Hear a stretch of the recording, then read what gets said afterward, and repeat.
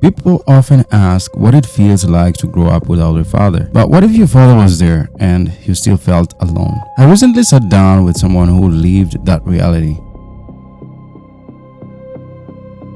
This is a conversation about an emotionally distant father and how those experiences shaped the man that he is today. So I used to feel so distant from my dad. And then it developed into arguing, quarreling, and then we're just enemies out of nowhere. And then I used to look at it from this point that, am I causing this? Or is it the situation? Or he has a problem? He used to complain, discourage you on a lot of things. I felt so bitter and I was like, what is wrong with this guy?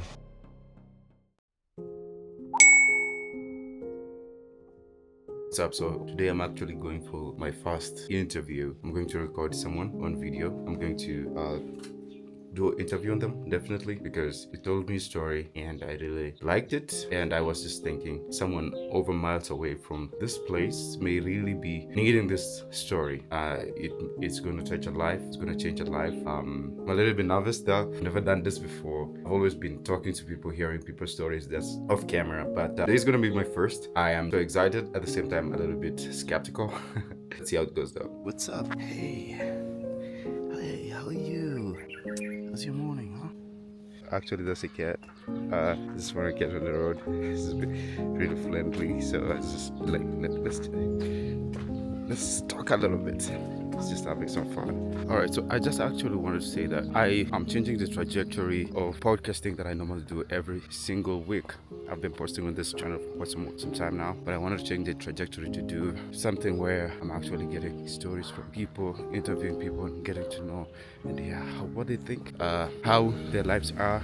Actually, trying to get stories from people, and that's where Hearken comes in. Hearken definitely means to listen intently, trying to draw stories and educate the society. So he's actually in the shooting location, so probably we're going to. He's actually already there though. He came early. I'm just the one who's late though. Hii side ya chini. Okay, hii mpya yenye imejengwa. Okay, sawa sawa. Nimefika gate hata. Alright, so let's go check him out. So, alright, we are in the shooting location. Hey, wow, it's good to see you, man. Hey, it's good to see you. Good to see you, man. You. How are you? I'm fine. I'm good. I hope you arrived safely. Very well. Ah, that's nice. So, right, we think we're going to take some chai. For sure. All right, let's go. All right, see you guys in a bit. The tea, generally, the tea looks cool. And this is the chapati. The chapati looks a little bit cool, but we haven't tried it yet. What do you think? It's nice. Yeah, so we are going to try this tea. Probably it's nice from the look of things. It looks really cool. So tumeshukuru manze. Na chai chapati was good. I think we may have a good time. So we ended up actually changing the shoot location to a different location because the place that we were to shoot was a restaurant and definitely would have started to get busier by the day. Niaje? Habari ya sai? Nani ana manage hizi places naweza ongea ama ni wewe? Ni mama? Yes, shoot kidogo video, probably do an interview. So nilikuwa nafikiria hapa juu inaweza kaa poa. Well, at first we had trouble because we couldn't be able to use the place for shooting before we got an official consent from the manager, in which it took like 30 minutes before we were accepted to use their compound. So welcome so much. Thank you so much. Yeah. How are you doing, man? I'm good. I'm good to trying. see you. Thank you. Good to see you too. Are you excited for the interview? So much. Have you? Yeah, for sure. Yeah. It's something that I've been taking time to think about it. Yeah. Yeah. I think I've been also thinking so much of this interview quite a lot, and I was just like, yeah, probably we should meet, find some time, and then we can just do an interaction and probably share some of these stories together. Finally, it happened. Finally. Yeah, I mean, probably we used to talk a lot on phone about most of the things, but I just thought, well, the best thing is to bring all of this thing into a video, probably share the whole story idea with my viewers and the audience here. So I think we are going to really be having a good interaction time. Of course. Right. Tell us a little bit about your background, about your background, where you come from, your childhood, a little bit how you grew up. It'll be really nice to Okay. hear that. First of all, my name is Abraham Tesot. Um, I've grown in Kenya, and life has not that been so much flowing out of growing up in an African home. So balancing between studies, financial management, and your normal life, and also growing, it's quite challenging, because of growing up as a child, especially growing up in Kenya as a child, has taught me so much resilience when it comes to emotional understanding, learning to be heard in a setup where like nobody is meant to listen to the other.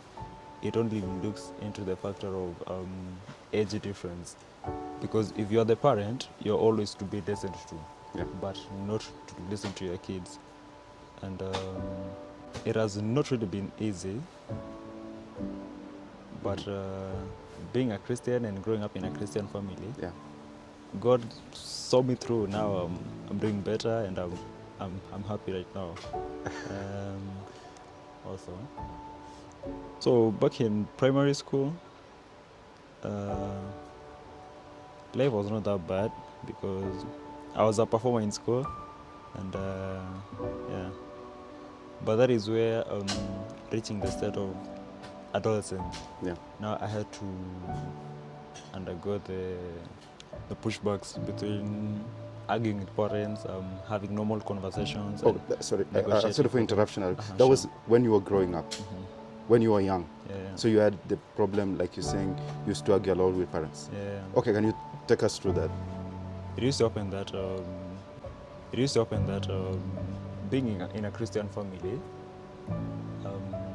my dad has always been right, because him being a Christian and being a good person and being nice, you always have to assume that he's doing right and he can never like intend to do wrong to his own kids. So it really blocked the space for opening up and getting to interact with your parent on an expected level for your own. So I had to suppress a lot of things to myself, but now managing it, because you have to balance with studies, you have exams. There was a lot of things going on, and then also having normal misunderstanding with the head teacher back in that time. She was quite strict, and then at times she used to call my dad to school, and my dad would not come to school. So Why?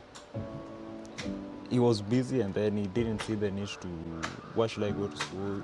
Because I was going to school and coming back home. So he didn't see the need, because he could just call the head teacher and have the conversation on phone.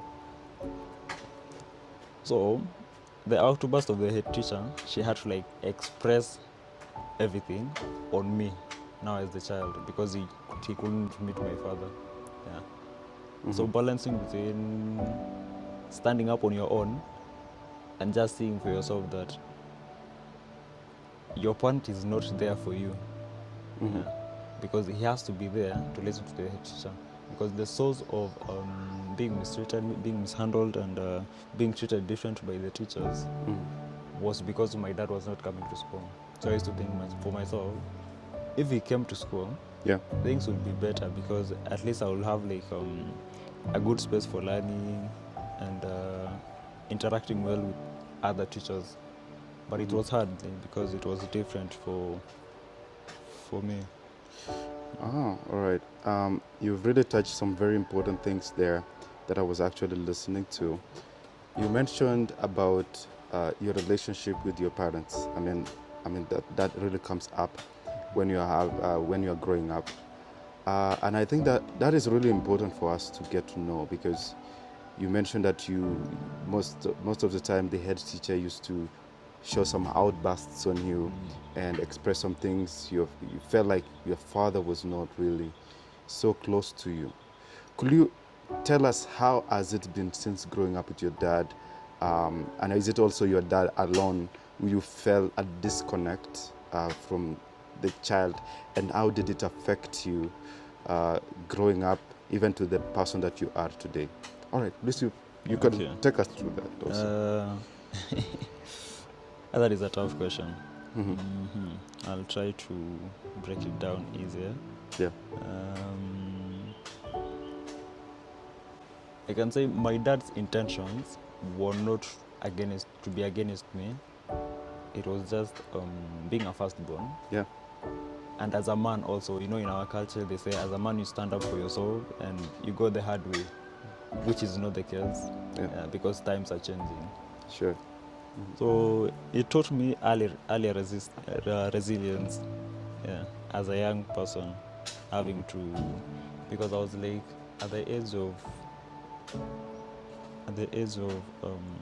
around 12, 13 there, and now you had to balance between handling emotions. At that age it's so hard to manage emotions, and then balance with studies also. So for my dad, I never saw him as at first when I was experiencing that at that age, I used to see it as my dad is against me. He doesn't care about us as a family. I don't think he cares about my studies either. He just like wants to pay fees and finish school, and you go your own way, he goes his own way. But now going to high school, things got different because I passed my KCSA, my KCP I mean. Congratulations. Yeah, thank you. And I got a letter to go to Nakuru High. That was a national school. When I saw it from this aspect that I haven't gone to boarding school before. So going to a boarding school in high school for the first time, I saw it as a threat to my own self. Yeah. So I just told myself, because my dad is working in a national school, I can just seek for permission to like also join here. Yeah. So I went and talked to the principal, and he gave me a letter. So I joined Tenwek High School, and that is where I took my 4 years. Yeah. And so back in high school, I started to like get to know more about myself and parenting also, because when I used to look at it in this, I used to put it in a way that it's all about me and it's all about him being a father. But when I took it from this point, I'm not the only one going through this, because I have cousins with the same issue, the detachment from their fathers. So as an emotional intellect person, I took it in a way that maybe this is something unintentional, or he's doing it unconsciously. So I had to be positive to myself and believe that he might change, or maybe it's normal, I have to live with it, or So I used to view it in a different angle. But now the maturity in being a young person doesn't give you the full outreach to yourself to convince yourself that that is it, because you haven't consulted anyone about it. Maybe just to ask another thing, definitely you growing up and as a child, you notice some things that are not quite normal. I feel like you mentioned, you used to pay fees and it's like, that is it, you go your way and stuff. I know as a child that can be quite traumatizing, especially when you're in high school. You tend to feel like you want that closeness with your parents. You want to feel like they want to check up on you, ask you, how did you perform? Did he like ask you mostly about that? How did you perform? That kind of build a connection with the child. Or did he first just let you be? And then another thing I would like to know, because you may not know, it's probably like an abuse, not really abuse, like a torture emotionally as a child. You may not really know if that is what is happening. But over time you notice there is a disconnect. And was it mostly psychological, emotional, or was it also physical for you? Did he like beat you? Did he... I don't know if you understand what I mean. Yeah, I get you. Okay, you can take us through that. To start from that, my dad is very strict, and at some point he changed, because I think he attended some psychology conference, and then he had to like step out from that being too authoritative and too strict. So, and it's something like generational, because that is how my grandfather used to behave.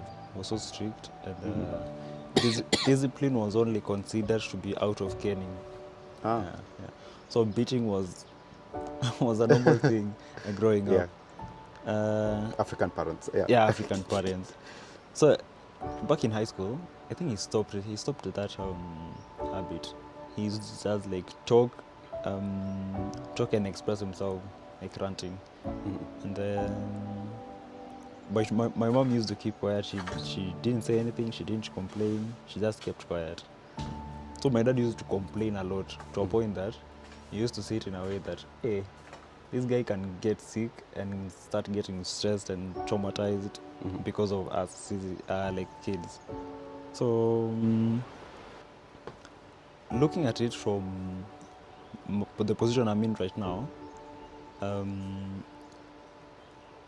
I've grown up craving the emotional connection with the parent, but now noticing that personalities are different.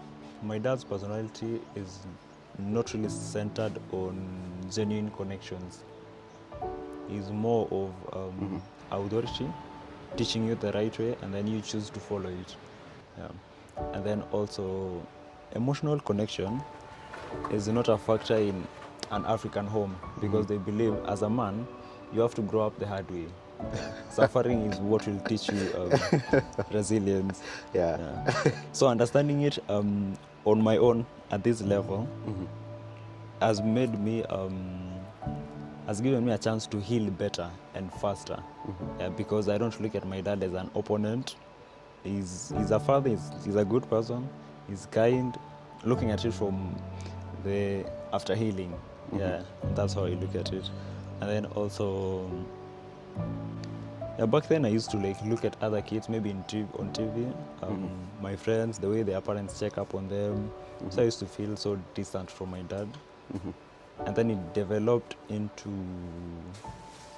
arguing, quarreling, and then we're just enemies out of nowhere. And then I used to look at it from this point that, am I causing this, or is it the situation, or he has a problem? So because I was a child, of course you have to take it as he's the opponent in everything, and then he's on the wrong side. So he has to change as a father. But now, like later on, like right now, after healing, now I'm looking at it from the psychology angle of we all have issues. It's only the issue of acknowledging that you have an issue for you to go to therapy and start healing. So when I chose to go for therapy, and okay, just a little bit before we talk about therapy, I know this is a very big thing. We'll really be glad to know how therapy went by. But I would like first to know, I mean, you once mentioned to me that you did psychology. You went, after high school, you went to do psychology. My question will be, why psychology? I mean, you will have done other things. Why did you want to focus more on psychology? Was it a way of trying to escape the reality of how you felt? Was it trying to find some solutions? I really will want to know why you did that, and how has it been for you? Is it something that you are passionate about, that you like? And how does it feel about it that you are now doing it? Yeah, generally, I think that's what I would like to hear. Okay. Also. So back in high school, when it came to choosing a career, I was so passionate with tech stuff. Up to now, I'm still good with tech. Yeah. He actually likes tech though. This guy is really good at tech though. So technology is a good thing for me, and I'm so passionate with learning gadgets and because I also sell phones, so it's something that it's just within me. And so I have this dilemma of choosing between, do I really want to do this, or there is something else I can do? Because most of the people look at it in a way that if this is your hobby, there is something else you can do, but this is your hobby. It's not your career path. this is what you like doing it. And so having that, growing up with a parent, with all those psychological issues, being distant from the parent, quarreling all the time, I had a hint of this is something psychological, and if there's something that I'm not the only one going through, then who will bring a change? So I told myself, the only way to do this, to heal from this, is to learn and go for therapy. So going for therapy back in high school was something that, how do you tell your parents you want to go for therapy? And then in an African home, they don't consider therapy Yeah. as something for healing. Yeah. Yeah. So I just took it to myself and I told myself, I'll learn some psychology one day, yeah, aside from my studies. And then I'll get to heal myself better, even talk to my parents and see if we get along well. And at some point I realized that this is something used, and a lot of people are going through this issue. Yeah. And so I said to myself, most of the therapists out there are old people. They cannot really connect with the young people today. So I said to myself, I think I can make a difference out of this. So I used to stay in that dilemma of, do I do this as a side thing or as the main thing? Because I have tech also. So when I did my KCSE, I just sat home because I managed to qualify for university. So I just sat home and told myself, I really want to do tech, but it's only tech that I'm good at, the technology side only. But now tech has a lot of mathematics when it comes to studying, and mathematics was not my thing, like, for sure. Yeah. So now leaving high school, I got a chance to interact with a lot of people on a friendly level, and then you get to hear stories from people whatever people are going through, and then you experience life outside high school, and then now you know that psychology is really a thing that is needed to help a lot of people. Yeah. So I took it as an opportunity, and then of course I prayed to God and I told God, Yeah. I'm not sure what I want to do, but if this is the thing you've been hinting me about, let it be. Yeah. So I told my dad, I want to do psychology, and he was like, oh, okay, go for it. I was like, okay. My dad has never been against whatever I want to do. He's always like, you do you. If you fail, it's you. As long as I've taught you how to grow and be a good child, it's all on you. So my work is to pay fees and support you only. Yeah. So I said, I'm not moving alone, I'm moving with God. So if I fail, it's not all about me. So I applied for the university that I wanted, that is Africa International University. And they gave me a letter immediately in less than 2 weeks. So I was like, it went through. So yeah, I went to campus and I've done my psychology. I completed my first year, and it gave me a lot of understanding on human nature and gave me another view. So the hardest thing is for someone to accept that they are not okay, so that they can be helped and healed from something. Okay. Wow. I really like the perception of that. I think that's so nice that you decided to do something. I mean, literally most people wouldn't really think of doing psychology or doing stuff. But now it looks like you really wanted to find a solution to the problem that most people are going on with. And you're not alone. Most people really struggle with their parents, and until it has reached to a point that it's really normal.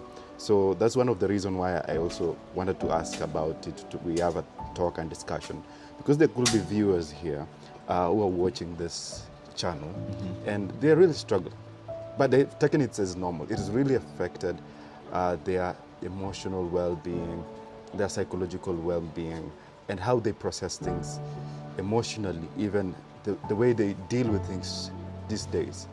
Now, maybe just a little bit you can also tell us, because all those things happen and it shaped who you are now somehow. Not even a somehow, actually in a big way. How are you different now than you were before? Maybe as a child there was that yearning that you wanted to feel the connection as a child, and from the look of things you've explained that, you just felt isolated. You just felt that gap from a fatherly parent who was supposed to be close to you, but you didn't feel. But so now the question is, how are you different now than you were? Because I think you'll also take us through the psycho. I think you have told us a little bit about psychology, and plus you'll also tell us a little bit about your therapy that you said you took, and why you took the therapy, and after the therapy, how are you different now? Because you also, and then I think you'll mention something about when you left, because I remember you talked about at some point when we had a discussion at some point that you hadn't been home for a while. And I think viewers will also want to know what really happened then, that gap, how was did you communicate, what changed after the therapy, and how are you different now than you were before? Okay. Growing up as a child, I used to have that yearning of craving the emotional connection with the parents. Yeah. Because I didn't really understand the human personality, because people are different, like so much different, because there is up to 16 personalities in psychology. Oh. Yeah, 16 I of didn't know them. that. In fact, it's 16 and counting. And more. counting? Yeah. So, Okay, yeah. right now, after learning a lot of psychology, getting to know that there is existence of a lot of personalities, because I'm not the same as my father, and my father is not the same as another person's father. So I got to understand that there is a person that gives this, that wants this, that can do this, and another one cannot do it. So I got to understand that if my dad is this specific type of a person, now I understand why he's not close, like emotionally. Yeah. So it gave me some positivity. Yeah. And released a bit of burden on grades that I had on my dad before. And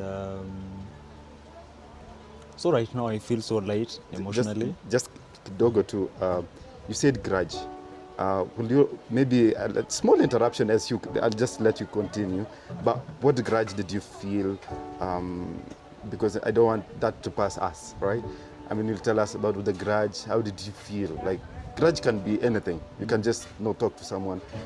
You can just you'll just tell us what that grudge felt and how was the grudge. Okay. Yeah. At the time when we used to keep arguing with my dad, he used to talk and I'm talking, so it was on balance level. No agreements, no final decisions, just arguing all the time. But I reached a point that I chose to be quiet on myself. Every time he complains, me I go quiet. I don't say anything. But when I went quiet, I was expecting him to also go quiet, and I was hoping that things will also change. But he went an extra level. So he used to complain, discourage you on a lot of things. So I felt so bitter, and I was like, what is wrong with this guy? Yeah. So now getting to understand personality more, I took that burden of, if he's doing this, that is his own personality, not because he's against parenting and taking care of me as his son. Yeah, so I'm a bit light right now, and it has also helped me to understand communicating with people better, and because I can say the way my dad communicates is because he's not a psychology person. He hasn't learned psychology, because if he had learned psychology, definitely I wouldn't have had a lot of trauma and all that, because he will know how to talk to his kids and raise as well. But I can't complain, because all circumstances in life, we take them as learning opportunities. Yeah. And intentions of God. Because if he was good, I don't think I will be in this position right now doing psychology so that I can help other people. Yeah. So I won't really call it fate. It's called pre-writing of God, of our own destiny and everything. Yeah. So my understanding of other people has increased, and emotionally, emotionally, and yeah, I can say I'm more emotionally intellectual right now. Okay. Thanks for sharing that. That's really deep. So right now, how is your connection? Because recently you came home, right? And how long did it take you to be home? Because there was a time you said you were not really coming back home. You don't want to see your dad again. And that felt really personal. I know. It was really personal. How did you feel then? I mean, could you tell us why you say that, and how you are feeling right now towards that, especially now that you said you've been doing therapy for quite some while now? Yeah. Okay.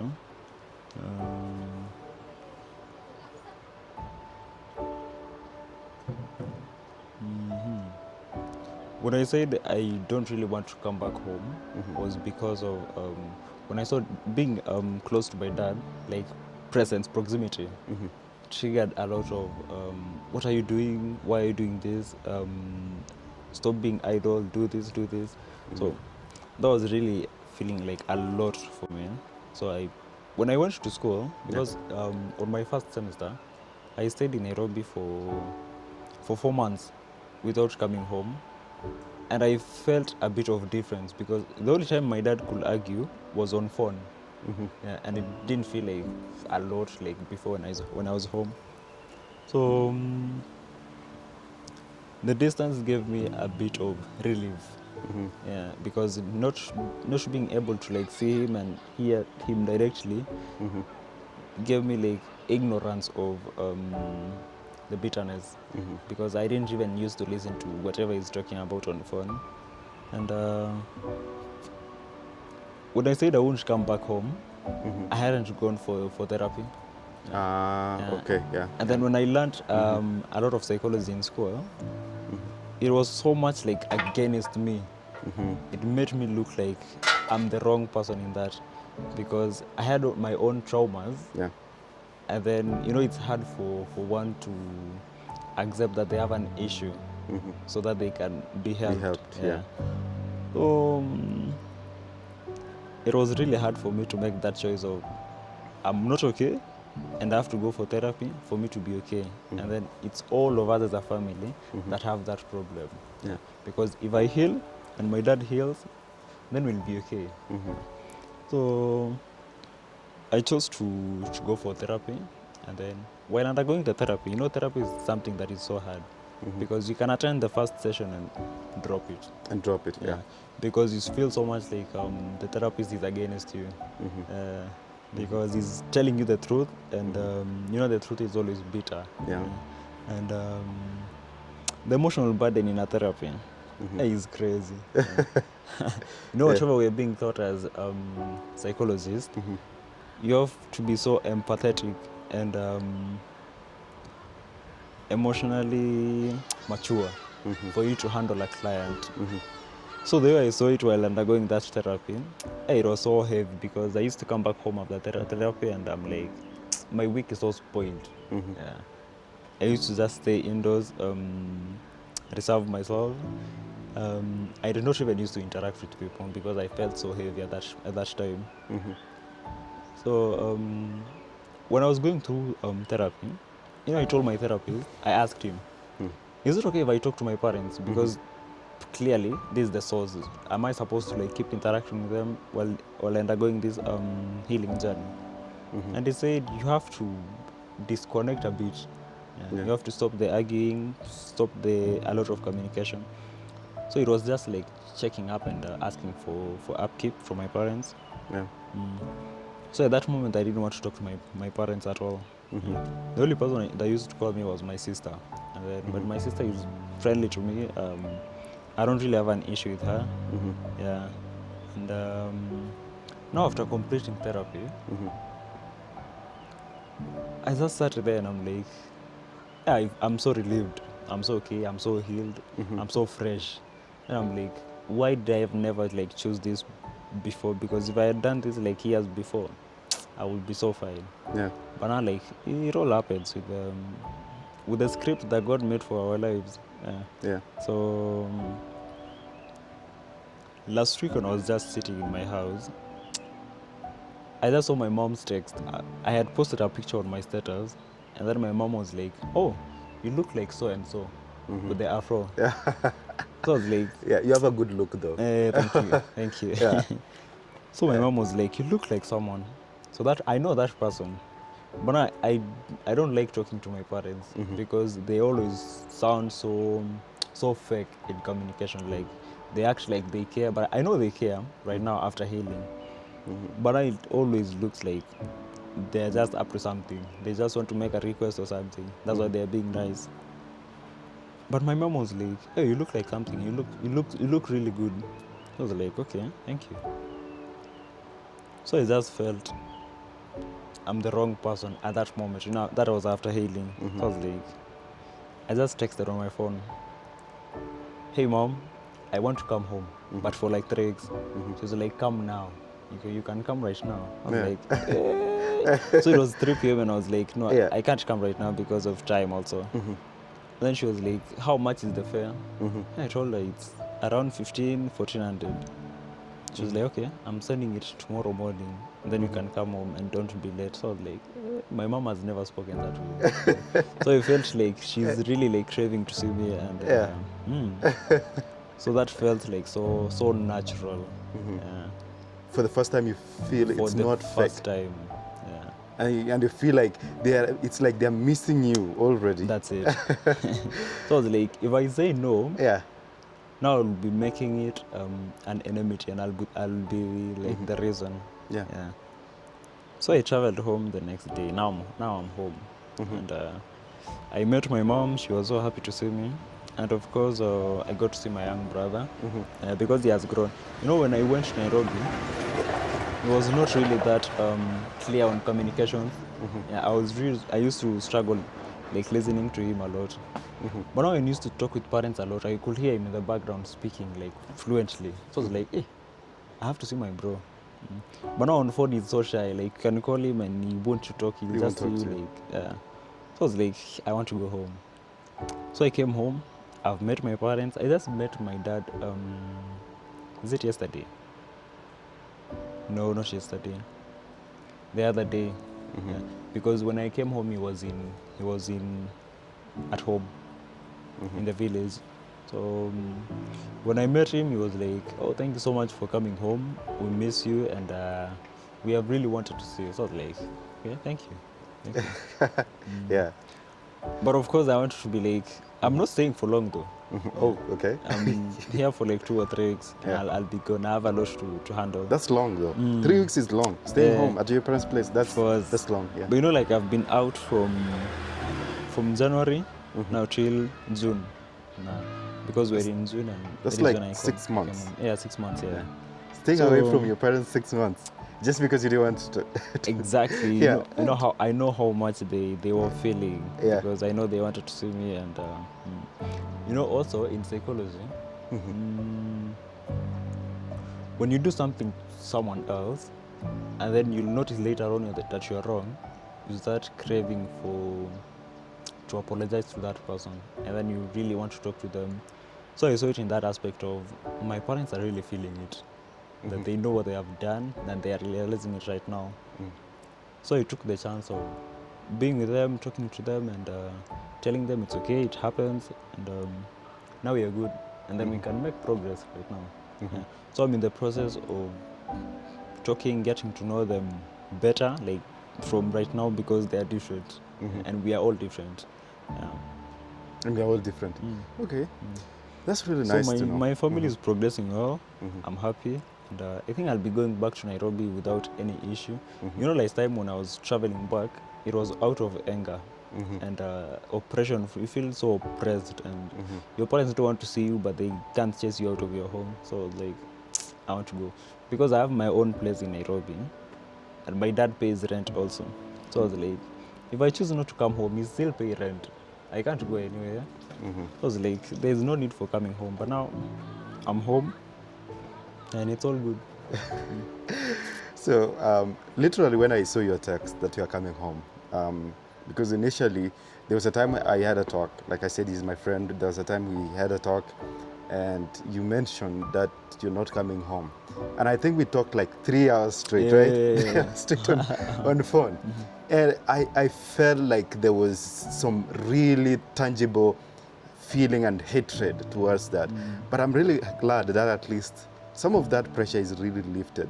So, I mean, talking about therapy, therapy really helps, and I've seen that you really look different than you are. Maybe there could be other people out there who maybe, I mean, we all have different stories, hard stories. There are people who might have gone through abuse. There are people who might have really gone through things. They have sworn in their hearts they will never, ever forgive their parents. Now, I mean, you'll also tell us about if you have forgiven them, but it looks like you have. Clearly. Yeah, I mean, there's someone who is really struggling to do forgiveness, and you'll tell us, how does forgiveness feel?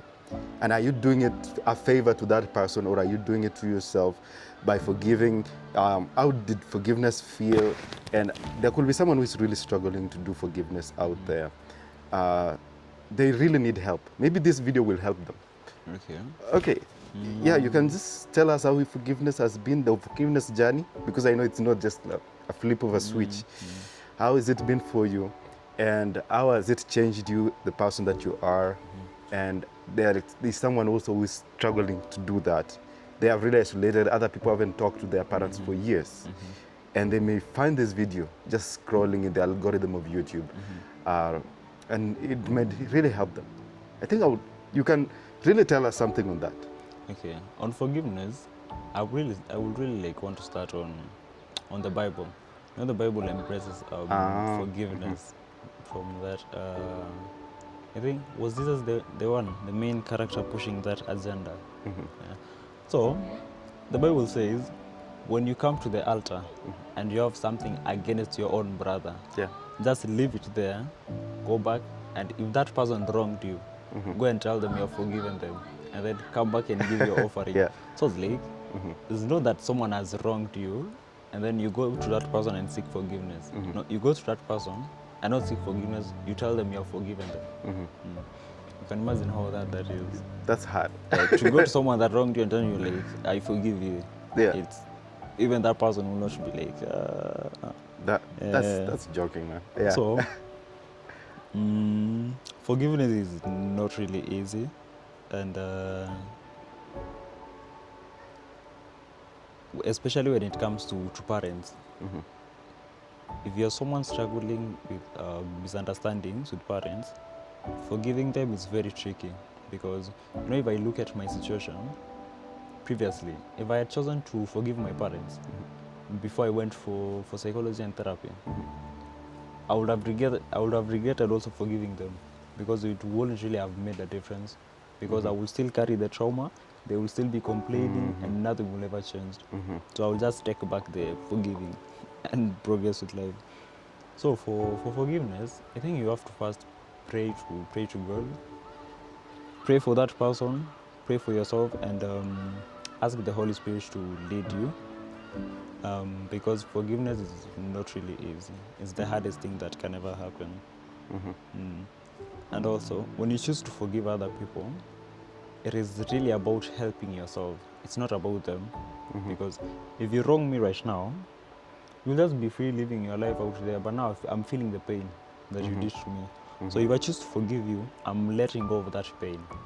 Yeah. And now I can progress, because when you carry grudge from maybe your parents, your friends, anyone that wronged you, it's so hard for you to think, to think clearly, because you see, let's say from friends, if you wrong me right now and then I carry that grudge, anytime I meet another friend and is somehow like you, that friendship is getting ruined slowly by slowly. So it affects interactions with other people. So when you choose to forgive other people, it really builds on, it improves your relationship with other people. Yeah, because when you learn forgiveness, you can just forgive out of nowhere. Yeah, and you will never like take grudge, bitterness a lot, because you know being emotionally intellectual, it requires a lot of understanding on your own self. Yeah. So when forgiveness becomes part of you, it really helps you on meeting new people, Yeah. interacting with other people, and then maintaining relationships. Yeah. Okay. So choosing to forgive my parents came out of having gotten to understand myself better, forgiving myself also, because you have to forgive yourself for for all that happened, because I just can't say it's all about my parents. It's all about us, because I was also wrong, they were wrong. Yeah. So forgive yourself before you forgive the other person. Before you forgive the other person. Yeah. Wow. I mean, thanks for sharing that. That's really vital. I mean, the idea of forgiveness is hard. I read from the Bible, you know, forgiveness, how the Bible describes it is also quite tricky. I mean, the Bible says that if someone wrongs you, like you mentioned, you go sort out things and come back and then deal with. And also the Bible says also, if someone slaps you on one cheek, give him the other. Yeah, I mean, that is crazy. how do you do that? But I mean, for the viewers, I really think also that the idea of forgiveness is not easy. It is a process. And I'm really glad to see that you're taking the progress so positively. And you look lively today. I mean, forgiveness doesn't really favors the other person, but it helps you to release that fear, that insecurity, that pain that you have. And then it actually releases you and you become free. And I hope that's how you feel also. For sure. All right. I mean, we really have a discussion about this, and I mean, I'm really glad that you just came over. We've spent some time to talk about so many things, especially our relationship with our parents. What is the final thing that you can mention, I mean, as a parting shot to this interview, to this discussion? What is the last thing that you can talk about? Probably it's an encouragement to someone, a viewer, or what is the last thing that you will feel, you want to say, that could, you know, yeah. Okay. It will be to young people, Yeah. because I'm still young and I'm also growing. I'm in school, and because I chose to do psychology out of, I want to help other people that have gone through the same issue, and because I think I can give a good listening ear, because I'm a young person. Like, listening to a fellow young person it's so easy for them to open up and you can understand them. So for all young people, if you are someone struggling with managing relationship with your parents, you have to go for therapy, because when you go for therapy, you'll get to understand yourself better, and it will be easier for you to get along with your parents. Yeah. So going for therapy is really a hard choice, but you have to make that decision and go for therapy. Yeah. You know, I look at a lot of people and they are like, I don't think I can go for therapy. I'm okay. You know, when you meet people and you're like, how are you doing? Are you okay? And then you hear them opening up about a situation, and then you look at it from a point of, that's a lot. You have to go for therapy. But now they don't consider therapy as a real healing, because they're just like, I'm a man. I can just manage myself. It's okay. It won't kill me. But now, like, from then you start degrading emotionally, and then if you're carrying grudge from your parents, when you don't heal from that trauma, because it's trauma, when you're establishing a family, Yeah. you'll just carry the same issues your father had to your own kids. To your own kids. Yeah. Because in psychology, there is this psychologist called Carl Jung. He said, until you make the unconscious conscious, it will direct your life and you will call it fate. Wow. Yeah. I like So that. like making something making the unconscious conscious, it means that is psychoanalytic theory of psychology. It refers to, you know, like most of the things that we do are out of the unconscious part of the brain. You know, like when I meet you and then I'm like, how are you doing? There's a way you react to new people based on what you have learned before. Maybe growing up as a kid, you met someone that is maybe you saw someone robbing another person, and then that is a new person. So when you get to see someone that is almost behaving the same way, you start having like fear or anxiety. That is out of the unconscious part of the brain, because most of the things that we experience as kids, they start directing the way we behave and the way we grow as adults. So the unconscious will direct your life unless you make it conscious. And the only way to make it conscious is by going through therapy. Okay. Maybe a little bit about the therapy that you mentioned also, and we've been talking about it quite here. There's someone who really need help, but they find therapy expensive, or they find it, difficult. Other people have grown up not being able to really open up physically. Why would I go and open up to a stranger? It is expensive. It is. Well, how would you tell someone like that what to do? You know, also, therapy is expensive, yes. And for us counselors, it really takes a lot to help a client heal through to the end and be well. Because we have to like carry that burden that you have as a client.